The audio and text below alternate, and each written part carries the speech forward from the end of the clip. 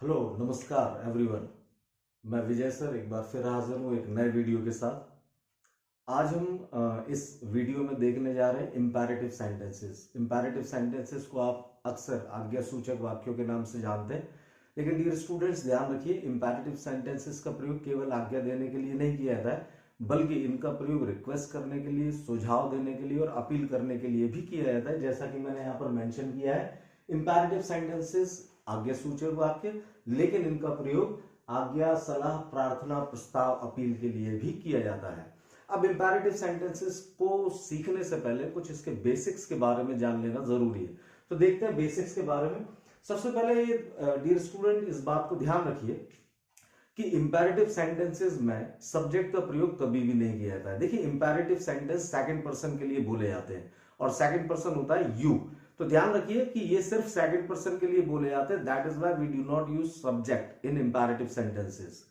दूसरा देखते हैं कि इंपैरेटिव वाक्य हमेशा जो है एफर्मेटिव या नेगेटिव में ही बनते हैं। तो डियर स्टूडेंट इस बात का ध्यान रखिए कि इंपैरेटिव वाक्यों को कभी भी इंटेरोगेटिव में चेंज नहीं किया जाता। ये केवल एफर्मेटिव और नेगेटिव में ही होते हैं। यहां पर देखें, बाकी सब मैं आपको बता ही चुका हूं। यहाँ पर हम अब इसके फॉर्मुलेशंस पर नजर डाल लें।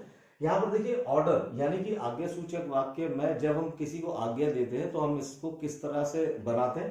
तो एफर्मेटिव ऑर्डर बनाया जाता है V1 plus object plus ETC से। तो ध्यान रखिए डियर स्टूडेंट, इंपैरेटिव सेंटेंसेस में ये जो मेन वर्ब होती है वो सबसे पहले प्रयोग करी जाती है। जब हम नेगेटिव बनाते हैं तो इसमें हेल्पिंग वर्ब डोंट का इस्तेमाल किया जाता है। ध्यान रखिए, इसमें केवल और केवल डोंट का ही इस्तेमाल किया जाएगा हमेशा नेगेटिव बनाते समय। जब हम रिक्वेस्ट पर आते हैं यानी कि प्रार्थना करते हैं या जब हम इंपैरेटिव सेंटेंसेस के द्वारा प्रार्थना करते हैं या किसी के सामने इंपैरेटिव सेंटेंस प्रार्थनात्मक रूप से बोलते हैं, तो ध्यान रखिए इसका affirmative sentence please plus V1 plus object plus ETC से बनता है और नेगेटिव सेंटेंस में please plus don't plus V1 plus object plus ETC से।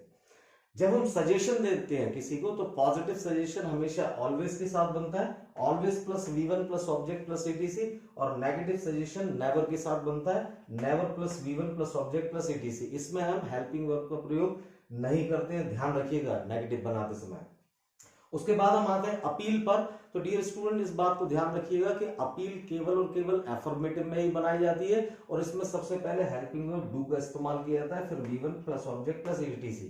इसका नेगेटिव नहीं होता है। अब हम कुछ एग्जाम्पल पे नजर डालें। तो देखिए, ऑर्डर को हम मैंने इसका एग्जाम्पल लिखा है, इस किताब को पढ़ो। मान लीजिए अगर मैं ये ऑर्डर दे रहा हूं, इस किताब को पढ़ो, तो देखिए यहां पर देखिए पढ़ो ये आपका वर्ब है, क्या पढ़ो, इस किताब को, ये आपका है ऑब्जेक्ट।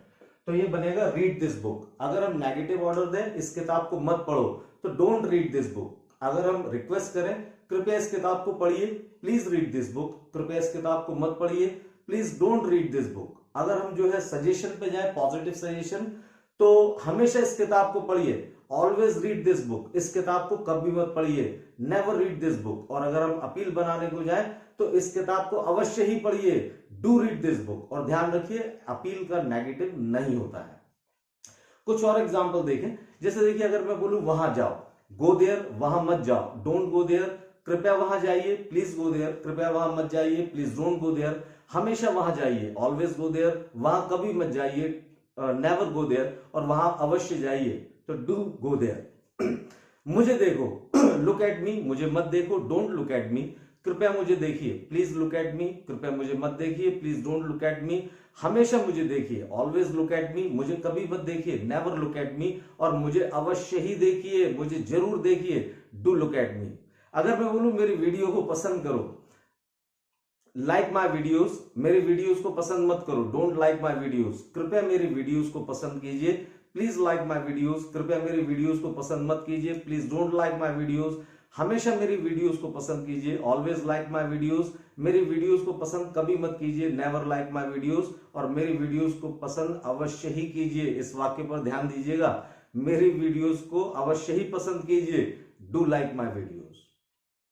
अगर मैं बोलूं कि इस काम को करने की कोशिश करो, try to do this work, इस काम को करने की कोशिश मत करो, don't try to do this work, कृपया इस काम को करने की कोशिश कीजिए, please try to do this work, कृपया इस काम को करने की कोशिश मत कीजिए, please don't try to do this work. हमेशा इस काम को करने की कोशिश कीजिए। Always try to do this work. इस काम को करने की कोशिश कभी मत कीजिए, never try to do this work. और इस काम को करने की कोशिश अवश्य ही कीजिए, जरूर कीजिए। तो do try to do this work.